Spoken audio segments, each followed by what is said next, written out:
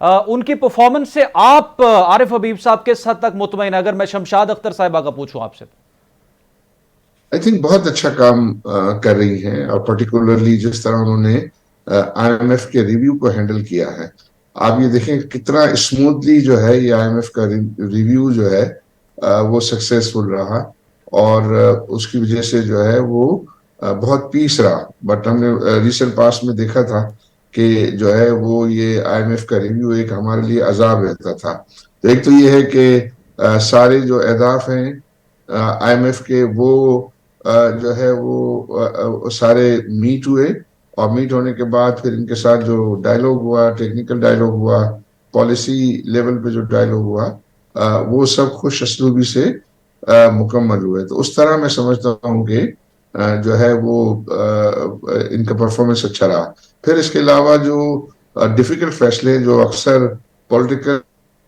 Government کے لیے جو ہے وہ ڈیفیکلٹ ہوتے ہیں، تو یہ پرائم منسٹر کی سربراہی میں جو مشکل فیصلے ہیں اور جو جن ریفارمز کی ضرورت تھی، کیونکہ خاص طور پہ انرجی سیکٹر میں جو ہے وہ حکومت بہت بلیڈ کر رہا تھا. تو حکومت جو ہے وہ بلیڈ کر رہی تھی، اور ان میں جو بولڈ فیصلے لینے تھے وہ بولڈ فیصلے جو ہے وہ اس رجیم نے لے لیے ہیں. تو اس سے میں سمجھتا ہوں کہ جو ہے یہ معاملات ان سیکٹرز کے جو ہے وہ بہتر ہوں گے. پھر یہ کہ ذرا انٹرنیشنل مارکیٹس بھی، کموڈٹی مارکیٹ جو ہے وہ فیوریبل ہے، اس میں بھی جو ہے کچھ پرائسز جو ہے وہ گری ہیں، آئل کی پرائس بھی گری ہیں، اور کموڈیٹیز میں بھی کچھ جو ہے کمی آئی، اور روپیہ اسٹیبل ہونے کی وجہ سے میں سمجھتا ہوں کہ گوئنگ فارورڈ جو ہے وہ انفلیشن میں کمی آئے گی، اور انفلیشن میں کمی آئے گی تو پھر انٹرسٹ ریٹ بھی جو ہے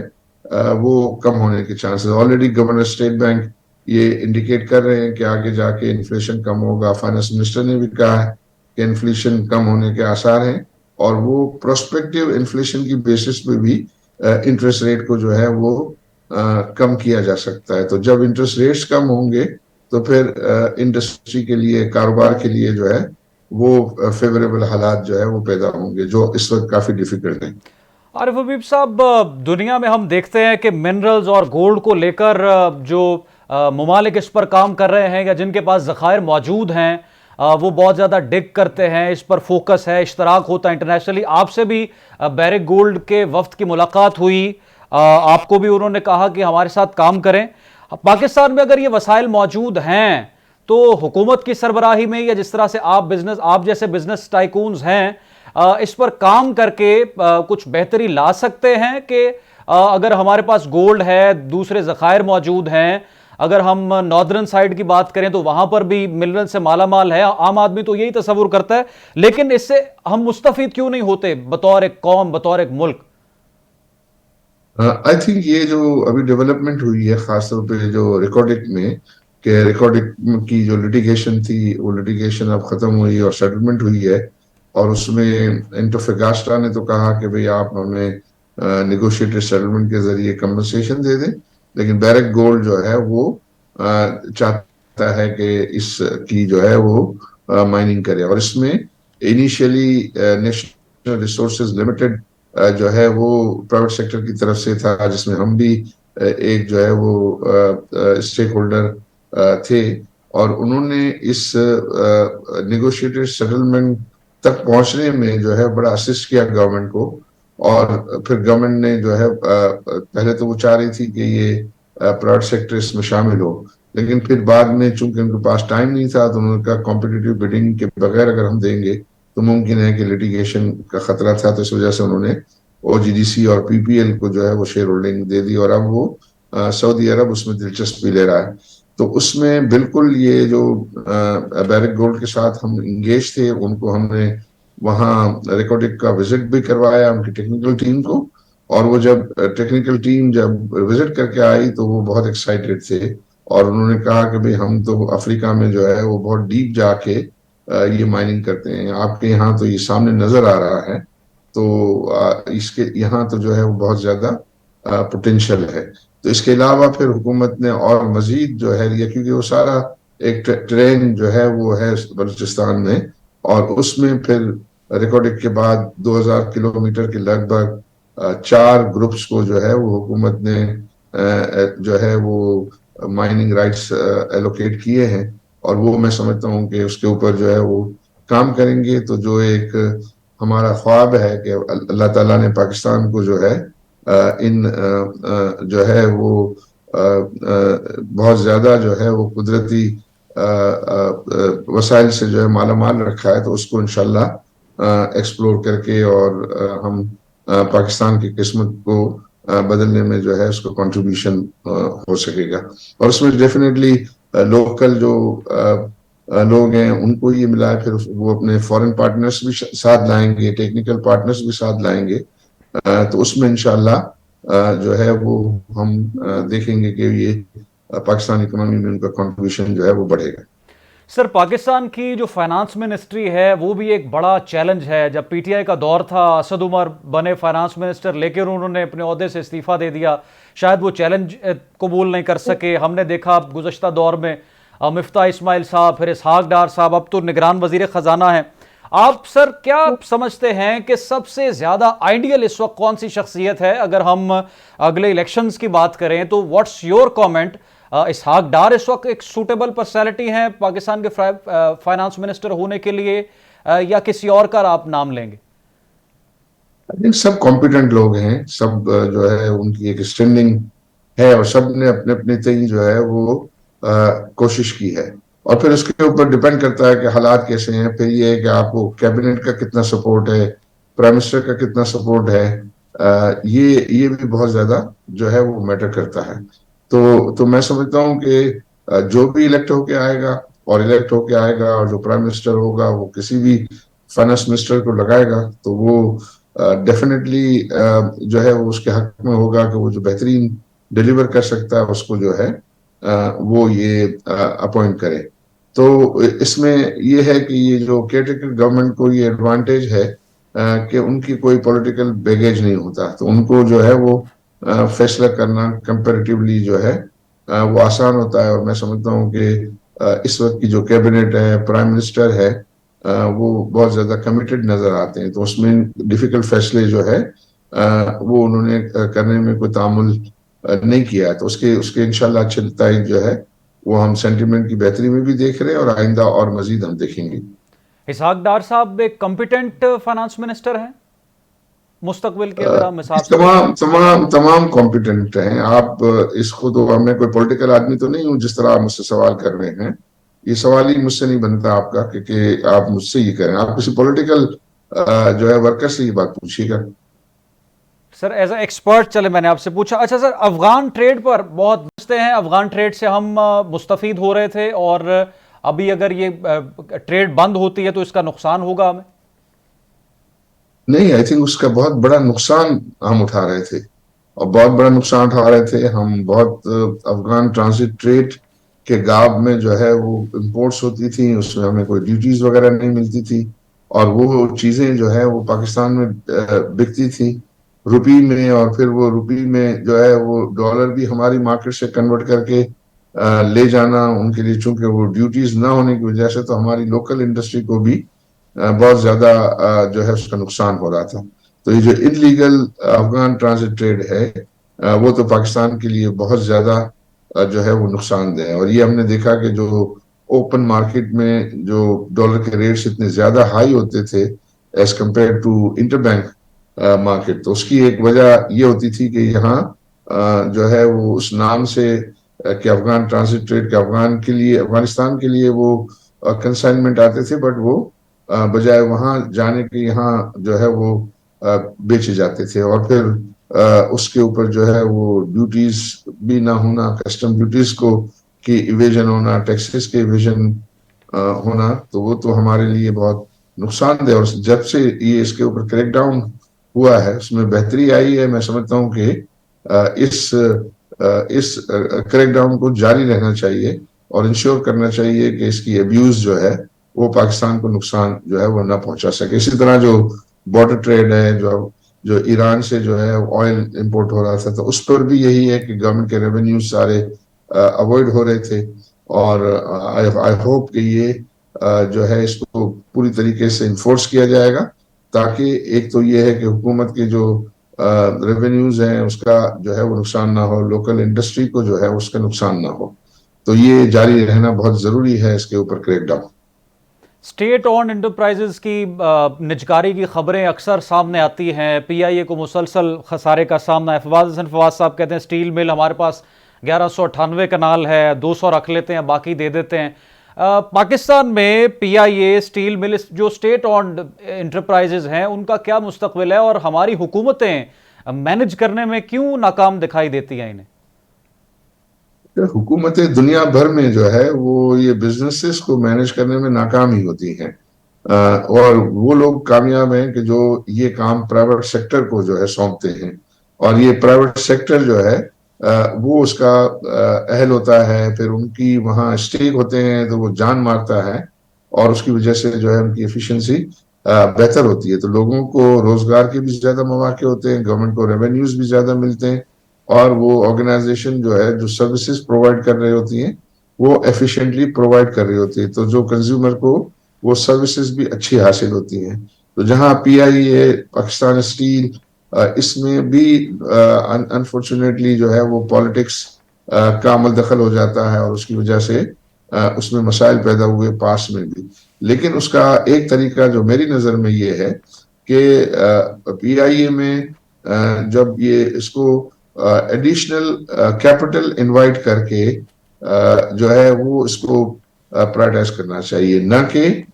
اس کے جو شیئرز ہیں گورنمنٹ اپنے شیئرز جو ہے وہ بیچے, وہ نہ بیچے, اس کو اپنی شیئر ہولڈنگ کو وہ رکھے, اور ایڈیشنل کیپٹل جو ہے وہ پرائیویٹ سیکٹر سے انوائٹ کرے, اور پرائیویٹ سیکٹر ایڈیشنل کیپٹل ڈال کے گورنمنٹ کی شیئر ہولڈنگ کو وہ ڈائلیوٹ کرے گا, اور جب اس میں ٹرن اراؤنڈ آئے گا تو گورنمنٹ کی جو شیئر ہولڈنگ ہے اس کی ویلیو بھی جو ہے وہ بڑھے گی, اور اس سے یہ ہے کہ اس آرگنائزیشن میں ایفیشنسی آئے گی. ایک یہ بہت غلط تاثر ہے کہ وہ کہتے ہیں کہ جو ہے وہ پرائیویٹائزیشن کے بعد جو ہے لوگوں کی نوکریاں جو ہے وہ کم ہو جائیں گی. میرا تو تجربہ یہ, اور میں نے دیکھا ہے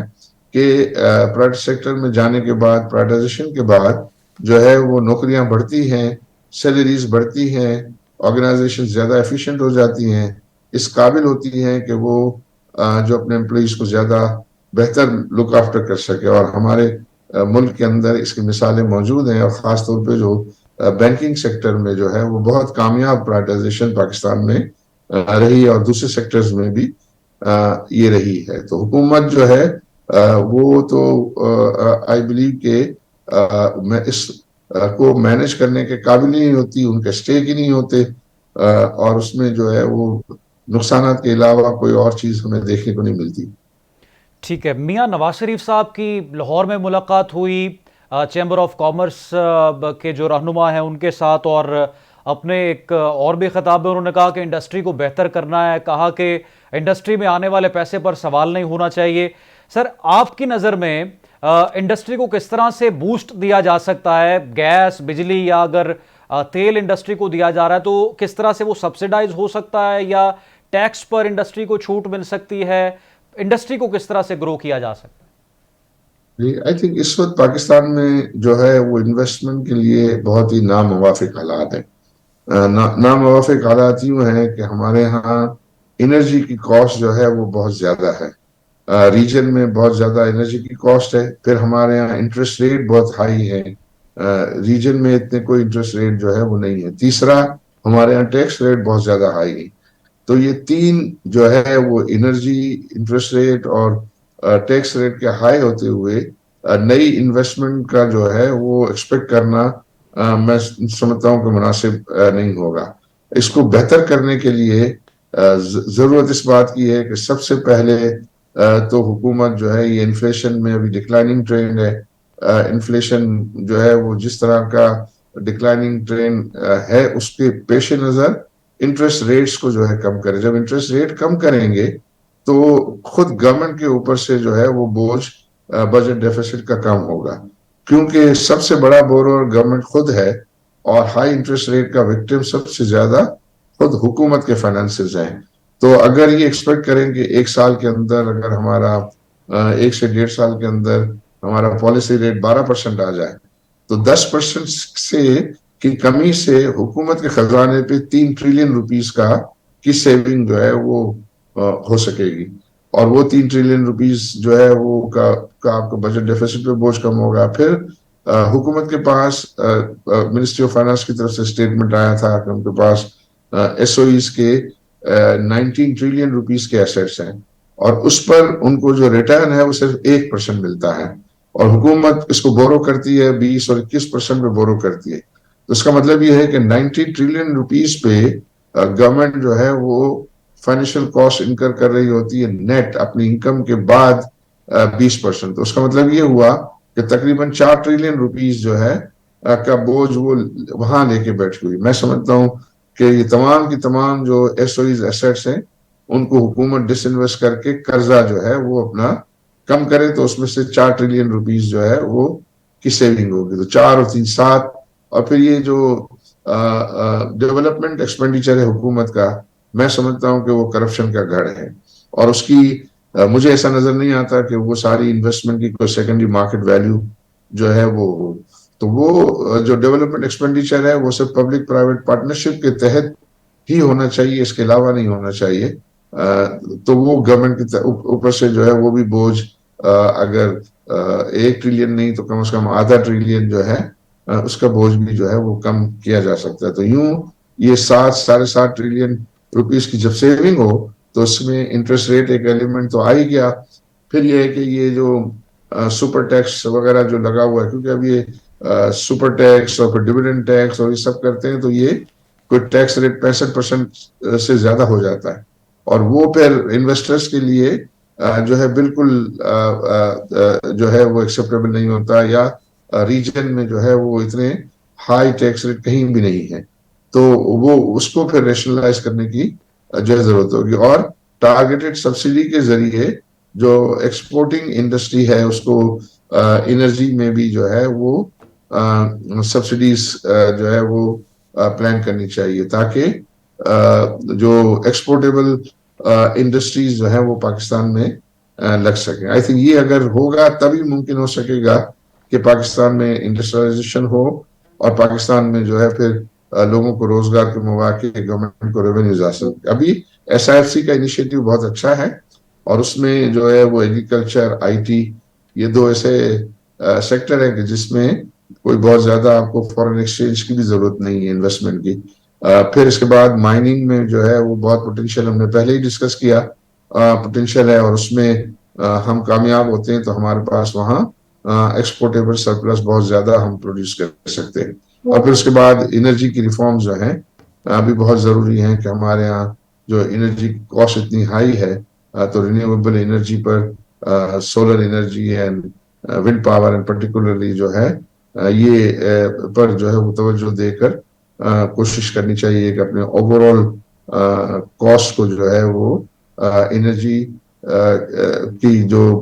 پروڈکشن کاسٹ ہے اس کو کم کیا جائے, اور اس کے اندر فیول مکس کو زیادہ ایفیشینٹ بنایا جائے. تو یہ مجھے تو یہ چیزیں نظر آتی ہے کہ ایریاز کے, اس کو اگر ہم فوکس کریں تو پھر ہم جا کے کچھ بہتری دیکھ سکتے ہیں.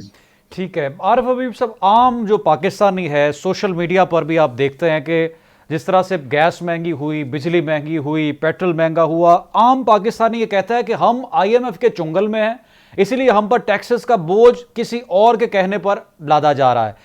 آپ کی نظر میں how to get rid of I M F, ہم کیسے یہ تمام تر ہم جو مقروض ہیں آئی ایم ایف کے, اور انٹرنیشنلی بھی ہماری بڑی کمٹمنٹس ہیں, کیا آنے والے چند سالوں میں, کچھ دہائیوں میں آئی ایم ایف سے ہم اپنی جان چھڑوا سکیں گے, یا یہ خواب ہے؟ دیکھیے, اس کے لیے جو ہے وہ ہمیں اپنے آپ کے اپنے گھر کو ٹھیک کرنا ہوگا. میں نمبر دیکھ رہا تھا کہ پچھلے 10 سال میں جو پاکستان کا کرنٹ اکاؤنٹ ڈیفیسٹ ہے اتنا ہی ہمارا فورن کرنسی کا قرضہ ہے. تو ہم نے 10 سال کے اندر کوئی 85 ارب ڈالر کا جو ہے وہ کرنٹ اکاؤنٹ ڈیفیسٹ کیا ہے. تو اس کا مطلب یہ ہوا کہ اگر ہم اس کو اوائڈ کرتے اور اگر اس کو ہم صحیح لمٹ میں جو ہے وہ رکھتے تو شاید یہ قرضے کو ہم اوائڈ کر سکتے تھے. اور وہ قرضہ چونکہ پھر ہم کوئی ریزروز بھی جو ہے وہ نہیں بنا پا رہے, فورن کرنسی کے ریزروز, تو جب ان کی ہماری ری پیمنٹس ڈی ہوتی ہیں یا ان کی جب یہ سروسنگ ڈیو ہوتی ہے تو پاکستان کے لیے جو ہے وہ مشکلات پیدا ہوتی ہیں، اور وہ اس بیلنس آف پیمنٹ کرائسس کو جو ہے وہ کو ریزالو کرنے کے لیے پھر آئی ایم ایف کے پاس جانا پڑتا ہے، اور آئی ایم ایف جو ہے وہ کنڈیشنز یہ لگاتا ہے کہ بھئی آپ اپنی چادر میں رہیں، ان کا ہے کہ جہاں جہاں جو کاسٹ ہے وہ کاسٹ آپ جو ہے پاس آن کریں، اور اس میں اگر سبسڈی دینی ہے تو ٹارگیٹڈ جو ہے وہ سبسڈی دیں۔ تو وہ یہ کہتا ہے کہ آپ اپنے وہ تو ایک عام سی بات ہے کہ اگر کسی گھر میں بھی آپ کے اخراجات جو ہے وہ آپ کی آمدنی سے زیادہ ہوں گے تو زیادہ عرصے تک آپ سسٹین نہیں کر سکتے، تو وہ چیز جب بھی ہمیں آئی ایم ایف سے جان جو ہے وہ چھوٹ سکتی ہے کہ ہم اپنی پالیسیز جو ہے وہ پرویکٹیو رکھیں، اور جو ہمیں ضروریات ہیں ہمارے اس کو دیکھتے ہوئے ہم پرٹیکولرلی جو ہمارا کرنٹ اکاؤنٹ ڈیفیسٹ کو جو ہے وہ اس طرح مینیج کریں، ہم کوشش کریں کہ ہماری ایکسپورٹ جو ہے وہ زیادہ سے زیادہ بڑھے، وہاں انسینٹیوز ہو، اور ہمارے ریمیٹنسز جو ہے وہ بینکنگ چینل سے زیادہ جو ہے وہ آئیں، پھر انویسٹمنٹ جو ہیں ہمارے پاکستانی ڈائسپوراز جو ہے وہ الحمدللہ بہت ویل آف ہے بہت سارے ملکوں میں، خاص طور پہ یو ایس اے وغیرہ میں، تو وہاں ان کو ترغیب دی جائے کہ وہ پاکستان میں انویسٹمنٹ کریں، تو اس طرح ہم ان سے جو ہے وہ آئی ایم ایف سے اپنی اور پھر ہم سارا ہمارے جو ڈیٹ ہے اس کا پروفائل کو جو ہے وہ ٹھیک کریں، کیونکہ وہ ہم اس میں بہت ساری شارٹ ٹرم، حالانکہ میں دیکھ رہا تھا کہ کوئی 50% کے قریب جو ہے وہ تو ملٹی لیٹرل ایجنسیز کا جو ہے وہ ڈیٹ ہے، اور وہ ذرا سستا بھی ہوتا ہے، پھر بائی لیٹرل ہے 30%، اور پھر کوئی اباؤٹ یہ سمجھیے کوئی 15% کے قریب جو ہے یہ کمرشل ڈیٹ اور بانڈس وغیرہ کا ہے، وہ زیادہ جو ہے وہ برڈن سم ہوتا ہے، اس کو مینیج کرنا اور وہ بہت ضروری ہے، لیکن بہت زیادہ اب ہم ہر وقت جو ہے وہ میڈیا بھی بہت زیادہ کہ بھی ہمیں اتنے بلین ڈالر ارینج کرنے، حالانکہ ہم دیکھا جائے تو ہر سال یہ جو ہماری اوبلیگیشنز ہوتی ہیں اس کی ارینجمنٹ ہو جاتی ہے، اور ویسے بھی جو سوورن ڈیٹ ہوتا ہے یہ پے کم ہوتا ہے، وہ رول اوور ہوتا رہتا ہے، رول اوور ہوتا ہے، اور اس کی جو capacity to borrow and capacity to service جو ہے وہ جی ڈی پی گروتھ کے ذریعے بڑھ رہی ہوتی ہے، تو اس کو کرنا تھا۔ ایک تو یہ ہے کہ آپ اس کی ٹینور کو جو ہے وہ بہتر کرنے کی کوشش کریں، ذرا لانگ ٹرم جو ہے اس میں جو ہے وہ ارینجمنٹس ہمارے پاس ہونے چاہیے، اور ہم یہ ایکسپورٹ اور ریمیٹنسز کو بہتر کر کے اپنے ریزروز کو بڑھائیں، اور اپنے جو ہے ٹریڈ ڈیفیسٹ کو جو ہے وہ کنٹرول کریں، تو یوں ہم جو ہے وہ اس مشکل سے اور پھر آئی ایم ایف سے جو ہے اپنی جان چھڑا سکتے ہیں۔ تو وہ آئی ایم ایف سے جان چھڑانے کا مطلب یہ نہیں ہے کہ ہم پھر انڈسپلن ہو جائیں، کیونکہ آئی ایم ایف سے جان چھڑا کے ہم بہت زیادہ انڈسپلن ہو جاتے ہیں، ہمارے جو گورنمنٹس ہیں، تو وہ اپنے آپ کی کو جو ہے وہ رسپانسیبل رہ کر، اور جو ہے وہ پروڈنٹ جو ہے وہ اپنی فائنینشیل مینجمنٹ کو جو ہے وہ فالو کرے۔ ٹھیک ہے، ایک عام پاکستانی کا سوال میں آپ کے سامنے رکھنا چاہتا ہوں۔ پاکستان میں سیاسی جماعتوں کا سلوگن ہے یہ کہ ہم، جس طرح پیپلز پارٹی کہتے رہی روٹی کپڑا اور مکان، پاکستان تحریک انصاف نے حکومت سے بنانے سے پہلے بھی یہ کہا کہ ہم اتنے لاکھ گھر لوگوں کو دیں گے، نون لیگ بھی کہیں نہ کہیں یہ کہتی رہی کہ ہمارے جو سیاسی سلوگن ان کے کہ ہم لوگوں کو مکان دیں گے، لیکن ریئل اسٹیٹ کو دیکھیں اگر ہم تو پاکستان میں گزشتہ چند سالوں میں ریئل اسٹیٹ پر ٹیکسز کی بات ہو یا ویسے لوگوں کی قوت سے باہر تمام تر معاملات نکلتے جا رہے ہیں، کس طرح سے ان خوابوں کو تعبیر کیا جا سکتا ہے یا اس کو جو ہے حقیقت کی شکل دی جا سکتی ہے کہ ہم ریئل اسٹیٹ کو ایک عام آدمی کی کیپیسٹی میں لے کر آئیں، جو سیاسی جماعتیں صرف نعرہ لگاتی ہیں اس کو شرمندہ تعبیر بھی کیا جا سکے؟ کیا اب کرنا چاہیے حکومت کو؟ ریئل اسٹیٹ میں جو ہے وہ دو اس کے حصے ہیں، ایک تو یہ ہے کہ پلاٹ انویسٹمنٹ ہے، اور ایک یہ ہے کہ جو ہے ریئل اسٹیٹ ڈیولپمنٹ کا جو ہے وہ بزنس ہے، تو جو پلاٹ انویسٹمنٹ ہے اس کو جو ہے ڈسکریج کرنا چاہیے، تو اس کے لیے میں اکثر یہ کہتا ہوں کہ جو ہے وہ آپ پلاٹس کی خرید و فروخت پر ٹیکسز کو بڑھائیں، اور وہ پھر کنسٹرکشن میں کنورٹ ہوں اور جب اس کی ڈیولپمنٹ کے اقدامات ہو رہے ہوں تو اس وقت کچھ ٹیکسز واپس کر دیے جائیں. تو ہائی ٹیکس آپ اس کی ٹریڈنگ پہ لگائیں پلاٹس کی, اور جو ڈیولپمنٹ پہ جو ہے آپ رعایت دیں, اس میں سے واپس کریں. تو اس سے یہ ہوگا کہ ایک تو یہ صرف جو ریئل اسٹیٹ ایک ہی لفظ جو آتا ہے تو اس میں وہ دونوں چیزیں جو ہے وہ شامل ہوتی ہے. تو ریئل اسٹیٹ ڈیولپمنٹ ایک الگ چیز ہے اور پلاٹ پرچیز سیل جو ہے وہ الگ چیز ہے. تو جو یہ شکایت رہتی ہے اکثر وہ یہ ہے کہ وہ پلاٹس پر جو ہے وہ ٹیکسز کی جو ہے وہ شکایت رہتی ہے کہ اس کے اوپر زیادہ ٹیکسز ہوں. لیکن ریئل اسٹیٹ ڈیولپمنٹ پہ تو سارے ٹیکسز موجود ہیں. وہ تو جتنے کارپوریٹس پہ جو ہے, چونکہ وہ کارپوریٹ باڈی بنتی ہے یا پارٹنرشپ ہوتی ہے یا سول پروپرائٹرشپ ہوتی ہے, تو وہ تو ہر دوسرا بزنس پہ جو ٹیکسز ہیں اس پہ وہ سارے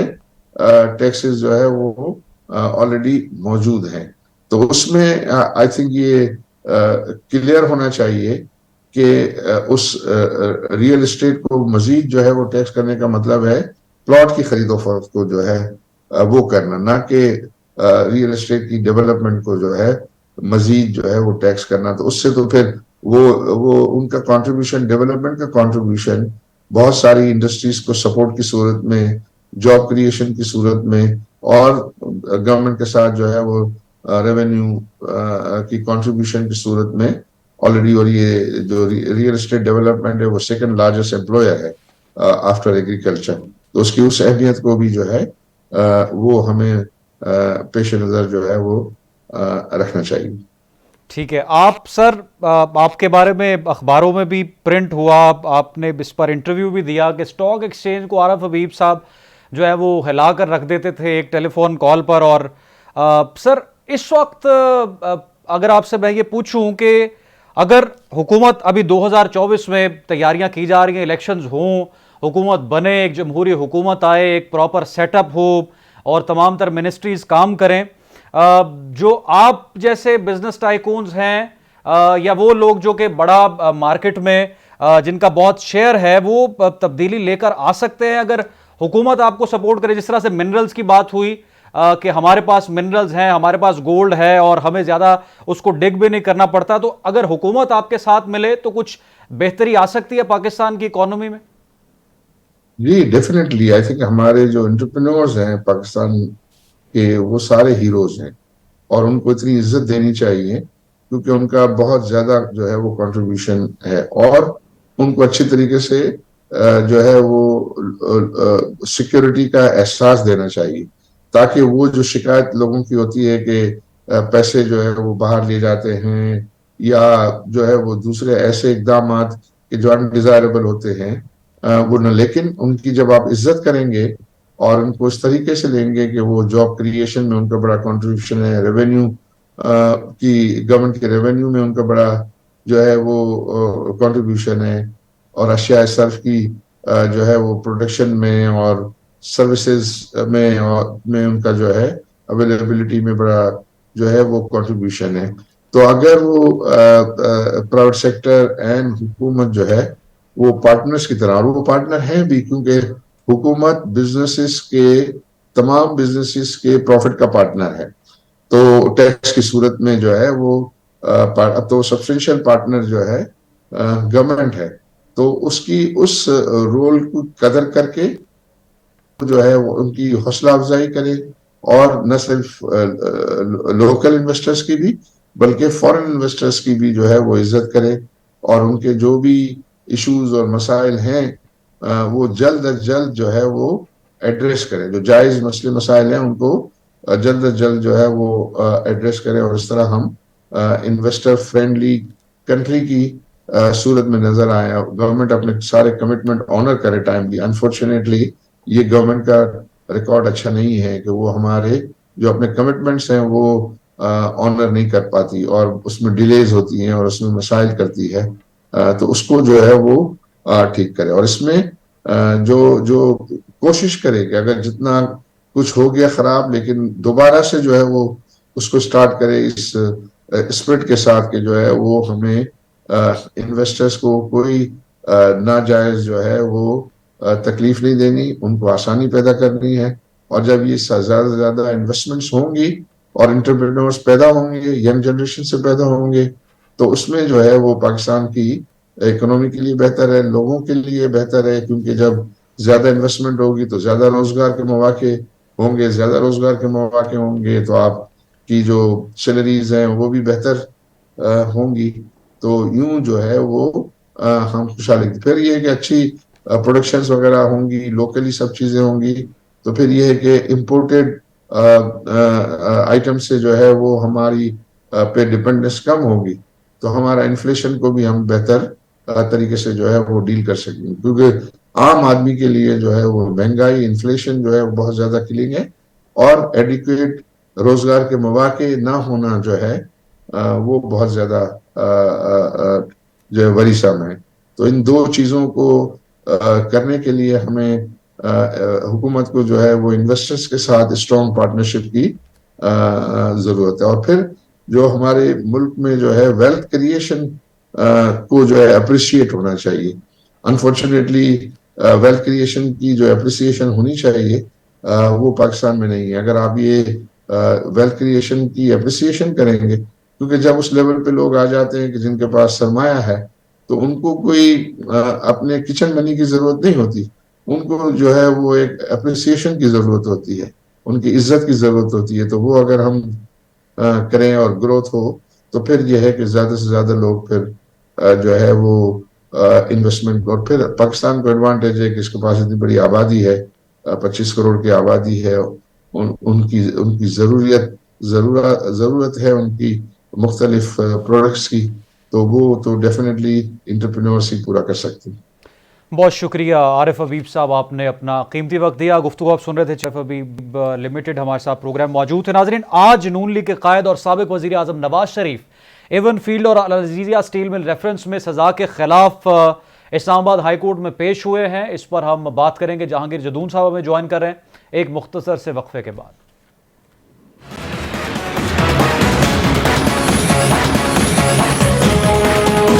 ویلکم بیک. ناظرین، سابق وزیر اعظم نواز شریف ایون فیلڈ اور العزیزیہ ریفرنس میں اسلام آباد ہائی کورٹ میں پیش ہوئے ہیں. ان کے وکیل امجد پرویز نے دلائل دیے کہ سپریم کورٹ کے فیصلے کی روشنی میں پیناما جے آئی ٹی تشکیل دی گئی. جے آئی ٹی نے 10 جولائی 2017 کو رپورٹ سپریم کورٹ میں جمع کروائی. 28 جولائی کو سپریم کورٹ میں حتمی فیصلہ دیا کہ 28 جولائی کو وزیر اعظم پاکستان کو نااہل قرار دیا گیا. سپریم کورٹ نے فیصلے کے 6 ہفتوں میں نیب کو ریفرنس دائر کرنے کی ہدایت دی تھی، اور عدالت نے اپیلوں پر سماعت بدھ تک ملتوی کرتے ہوئے کہا ہے کہ نیب کی 2 اپیلیں بھی سماعت کے لیے مقرر کر دیتے ہیں. چیف جسٹس عامر فاروق نے کہا کہ جب کرپشن ہی نہیں تو پھر آمدن سے زائد اثاثے کیسے آ گئے. ایک عوامی نمائندے کے اثاثے اگر معلوم آمدن سے زائد اثاثے ہیں تو بغیر کرپشن کے وہ یہ کیسے بنا سکتا ہے. وکلا نے کہا کہ احتساب عدالت نے نواز شریف پر کرپشن اور کرپٹ پر الزام مسترد کر دیا. نیب نے احتساب عدالت کے فیصلے کے خلاف اپیل بھی دائر نہیں کی. عدالت نے نواز شریف کو آمدن سے زائد اثاثوں کے الزام پر سزا سنا. ہمارے ساتھ موجود ہیں سابق ایڈوکیٹ جنرل اسلام آباد جہانگیر جدون صاحب، ماہر قانون. جہانگیر صاحب، بہت شکریہ آپ کے وقت کا. سر، نواز شریف پر جو کیسز ہیں ان کو تاحیات نااہلی کا بھی سامنا ہے. ایون فیلڈ، العزیزیہ، ان کو کئی سالوں کی سزائیں سنائی گئیں اور وہ جیل کاٹنے کے بعد بیرون ملک منتقل ہو گئے خود ساختہ جلا وطنی میں. اب سوال یہ اٹھتا ہے کہ الیکشنز کے فیز میں کس طرح سے وہ داخل ہوں گے، ان کیسز کا کیا مستقبل ہے، اور ان کی نااہلی کیا اب عدالتوں سے ختم ہو جائے گی اور وہ الیکشن کیمپین کریں گے؟ بسم اللہ الرحمن الرحیم. بہت شکریہ. دیکھیں، جب نیب کورٹ کی ججمنٹ آئی تھی تو اس میں تو کوئی ابہام نہیں ہے، وہ بالکل سامنے ہے کہ اس میں جو نیب کورٹ کے ٹرائل جج تھے پریزائڈنگ، ابھی بھی وہ کام کر رہے ہیں نیب کورٹ کے، اسی نیب کورٹ کے اندر، تو انہوں نے کہا تھا جو 9A4 کا جو کیس ہے وہ نہیں بنتا، ان پہ کرپشن جو ہے وہ ثابت نہیں ہو رہی، اور ان پہ جو بیہائنڈ مینز ہے وہی کیس میں بنتا ہے. تو جب ایسٹ بیہائنڈ مینز کا کیس کسی پہ ایکیوز پہ آپ بناتے ہیں تو سب سے پہلے جو پرائما فیشائی برڈن ہوتا ہے وہ پروسیکیوشن پہ ہوتا ہے، یعنی کہ نیب پہ ہوتا ہے کہ وہ صرف اتنی بات بتا دے کہ ان کی انکم اتنی تھی اور ان کے اثاثے اتنے تھے. تو اس کے بعد پھر جو ہے اس بندے پہ برڈن شفٹ ہوتا ہے کہ وہ بتائے کہ اس نے اثاثے کہاں سے کیے. تو وہ جو انیشیل برڈن تھا وہ نیب ڈسچارج کرنے میں ناکام رہی اس وقت بھی، کہ انہوں نے ان کی انکم جو تھی مختلف ادوار میں، جس وقت وہ الیج کرتے ہیں کہ انہوں نے ایون فیلڈ کا جو فلیٹ تھے وہ خریدے تھے، تو اس وقت ان کی انکم جو ہے نیب ڈٹرمن کرنے میں ناکام رہی. اور جب ہائی کورٹ نے اسی ایون فیلڈ کے اندر ان کی سزا سسپینڈ کی تھی اندر سیکشن 426 آف CRPC، تو انہوں نے پوچھا کہ جی آپ نے کیا جو ہے وہ اسرٹین کیا ہے کہ ان کی، آپ کہتے ہیں جی انہوں نے 2006 میں یا 1993 میں آپ الیج کر رہے ہیں ان کے فلیٹ خرید، تو اس وقت اس پورے فیملی کی جنہوں نے خریدے ہیں، یا آپ جس طرح الیج کر رہے ہیں کہ کمپنیوں نے خریدے تو کتنی انکم تھی؟ تو وہ یہ جواب دینے میں اس وقت بھی قاصر تھے. اب جب ایک دفعہ آپ انکم ڈٹرمن کرتے ہیں تو اس کے بعد پھر آپ نے دوبارہ یہ ثابت کرنا ہے کہ یہ انکم انلیگل مین سے حاصل کی گئی، یعنی کہ کسی کرپشن کے کیسز سے، کسی کمیشن سے، کسی کک بیک سے. وہ تو دور کی بات ہے، وہ کہاں سے نیب ثابت کرے گی، ان کا کیس ہی نہیں ہے. بہرحال ان کا مقصد تھا ان کو وہ اس وقت وہاں سے سین سے ہٹانا، انہوں نے ہٹا دیا. جس طرح بھی آپ سیال کوٹ کے اندر نواز شریف نے کہا ہے کہ 5 جو بندے تھے وہ مل کر انہوں نے مجھے ہٹایا، تو انہوں نے اس وقت تو آپ یہ ساری بات سامنے ہے کہ ہٹا دیا. ابھی وہ کہتے ہیں جج صاحبان بھی مان رہے ہیں، نیب والے بھی مان رہے ہیں. ہم تو حیران ہیں کہ اس وقت جج صاحب بھی جو کیا تھی بینچ سوئے ہوئے تھے، اور نیب والے تو خود ہی ظاہر ہے وہ کسی کے ڈائریکشن پہ چل رہے تھے. تو یہ بڑا انفارچونیٹ ہے کہ آپ ایک الیکٹڈ پرائم منسٹر کو، جو بھی پرائم منسٹر ہوایور ہی از، آپ ایک دفعہ نکال کے پھر بعد 2-4 سال کے بعد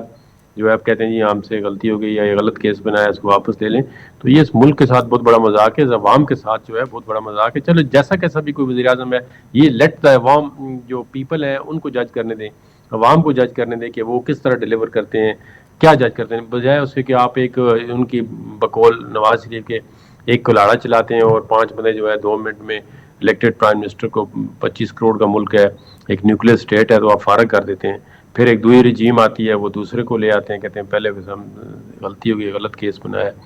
تو پہلے بھی آپ کو ایک پرائم منسٹر کو ایک دفعہ اسی کو نواز شریف کو جو ہے ایکس پرائم منسٹر کو ڈیتھ سینٹینس کرتے کہ لائف امپریزمنٹ ہوئی. انہوں نے کہا جی انہوں نے 13 ہائیجیک کیا، انہوں نے اتنی سزا کی، وہ پھر وزیر اعظم بن گئے.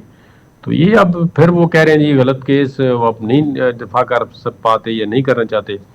تو ابھی پھر وہ اگر اپیلیں کٹر لے جائیں گی تو ان کے کیس صاف ہو جائیں گے، وہ پھر الیکشن لڑیں گے. اگر ان کی میجارٹی ہے تو پھر وزیر اعظم بن جائیں گے. تو یہ بس کام چل ہی رہا ہے اس ملک میں ابھی تک. سر الیکشنز کو لے کر بہت سے سوالات اٹھائے جا رہے ہیں، لوگ تو اب فرسٹریٹ ہو گئے ہیں کہ پنجاب اور KP میں جب الیکشنز کی بات ہوئی، سپریم کورٹ کے احکامات تھے اس پر بھی عمل نہیں ہوا. لاہور میں ایک مقامی وکیل محمد مقصد کی جانب سے درخواست دائر کی گئی ہے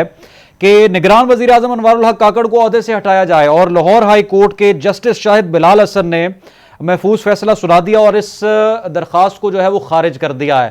سر نگران حکومت کا یا نگران جو پرائم منسٹر ہے یا ان کے جو کیبنٹ ہے اس کا 90 روز وقت ہے کہ اس نے الیکشنز کروانے ہیں اور ذمہ داری ایک الیکٹڈ حکومت کو سپرد اس کے کرنی ہے. لیکن پاکستان میں مسلسل تاخیر ہے. اب بھی خبریں اور افواہیں گردش کر رہی ہیں کہ مارچ مڈ میں یا اپریل مڈ میں ہو سکتے ہیں الیکشنز. اس ساری صورتحال میں کیا قانونی طریقہ کار ہو سکتا ہے؟ ہم تو نہیں کہتے الیکشن لیٹ ہوں گے، نہ یہ کہنا چاہیے، نہ ہی اس قسم کا کوئی ابہام پیدا کرنا چاہیے. الیکشن دیکھو سپریم کورٹ نے ڈیٹ لی ہے، الیکشن کمیشن کو کہا ہے کہ آپ پریزیڈنٹ سے مشورہ کر کے، اور یہ بھی جو الیکشن ہو رہے ہیں سپریم کورٹ کے ڈائریکشن پہ یا سپریم کورٹ کی ان دونوں کی جو ملاقات کرائی سپریم کورٹ کی ڈائریکشن پہ ہے، تو وہ انہوں نے انڈرٹیکنگ دی ہے سپریم کورٹ کے اندر کہ ہم 8 جو ہے وہ فروری اس کو الیکشن کرائیں گے. الیکشن کسی صورت میں بھی ڈیلے نہیں ہونا چاہیے. آلریڈی بہت ڈیلے ہو چکے ہیں الیکشن، اور یہ الیکٹڈ گورنمنٹ ہے، ان پہ طرح طرح کے سوال اٹھ رہے ہیں، اور خدا نہ خاصہ آگے جاتے ہیں، آگے آئینی جو ہے آئین بران پیدا ہو جائے گا. پہلے بھی آلریڈی آئین کی خلاف ورزی ہو چکی ہے اس میں، جو الیکشن انہوں نے لیٹ کیے ہیں. جو ابھی اطہر منیلا نے ایڈیشنل نوٹ دیا ہے تو اس میں انہوں نے ایک بڑا کیٹیگری کے لیے کہا ہے کہ آپ نے آئین کی خلاف ورزی کی ہے، اور انہوں نے یہاں تک کہہ دیا ہے کہ کوئی بھی شہری جو ہیں یا سول سوسائٹی جو ہے وہ ان کے اگینسٹ جو ہے جنہوں نے آئین کی وائلیشن کی ہے ایک ڈیمیجز کا سوٹ فائل کر سکتے ہیں، یا جو اسٹیٹ ہے وہ اس کے ذمہ دار ہے کہ انہوں نے جو بھی ادارے اس میں ملوث ہیں، یا پریزیڈنٹ ہے یا گورنر ہے. تو الیکشن میں میرے حال میں ہمیں ٹی وی پہ بھی ایسے کوئی ابہام نہیں پیدا کرنا چاہیے. الیکشن انشاءاللہ 8 فروری کو ہوگا، اور جو انڈرٹیکنگ ہے وہ پوری کریں گے الیکشن کمیشن. اگر کسی سیاسی جماعت کا سربراہ جیل میں ہے اور جیل سے وہ الیکشن کیمپین یا اپنے لیگل ٹیم کے ذریعے یا اپنے جو پارٹی ممبرز ہیں اس کے ذریعے الیکشن کیمپین چلا سکتا ہے، اس پر تو کوئی پابندی نہیں ہے؟ نہیں، آف کورس ہونی نہیں چاہیے پابندی. کس طرح؟ آپ جو لوگ بالکل کلیئر ہیں، جنہوں نے کوئی کسی اوفینس میں کنوکٹ نہیں ہے یا کسی اس میں انوالو نہیں ہے، وہ اگر اریسٹ بھی ہیں. دیکھیں نا 2018 میں جو بے شمار آپ نے جو لیڈر تھے PMLN کے، ان کو اریسٹ کیا گیا تھا، طرح پہ RTS کو بٹھایا گیا، لیکن الیکشن تو انہوں نے لڑا. ان کی پارٹی ایون جو ہے پنجاب میں سیٹیں زیادہ 2 4 5 ہی تھی لیکن زیادہ سیٹیں تھیں ان کے, لیکن ان کو حکومت نہیں بنانے دی گئی. تو ابھی الیکشن پہ تو پابندی نہیں ہونی چاہیے, لیول پلینگ فیلڈ جو ہے ہر پارٹی کو ملنی چاہیے. ہر پارٹی کا رائٹ ہے وہ اپنا کینڈیڈیٹ فائل کرے, کینڈیڈیٹ کے جو بھی لوازمات ہیں اس کے کاغذات کے اسکیجول کے مطابق وہ فائل کریں اور الیکشن کنٹیسٹ کریں, اور ہر پارٹی کو موقع دینا چاہیے. جمہوریت کا مطلب کیا ہے؟ اگر آپ کسی کو ان نیسیسریلی آپ جو ہے کوئی پاور یوز کریں گے, فورس یوز ہے, کسی کو دبائیں گے جو ریکوائرڈ نہیں ہے, جو ریشنل نہیں ہے, جو پروپورشنل نہیں ہے, تو اس پہ تو پھر آپ کے الیکشن اگر ہو بھی جاتے ہیں تو اس پہ پھر سوال کھڑے ہو جائیں گے. تو لہٰذا جتنی بھی پارٹیاں ہیں پاکستان کے اندر ان کو ایکول اپرچونٹی دینی چاہیے, الیکشن میں آنا چاہیے. بہت شکریہ سابق ایڈوکیٹ زینل اسلام آباد جہاں ہمارے ساتھ پورا پروگرام موجود تھے. ناظرین وقت ختم ہو گیا, کل آپ سے دوبارہ ملاقات ہوگی. اللہ حافظ.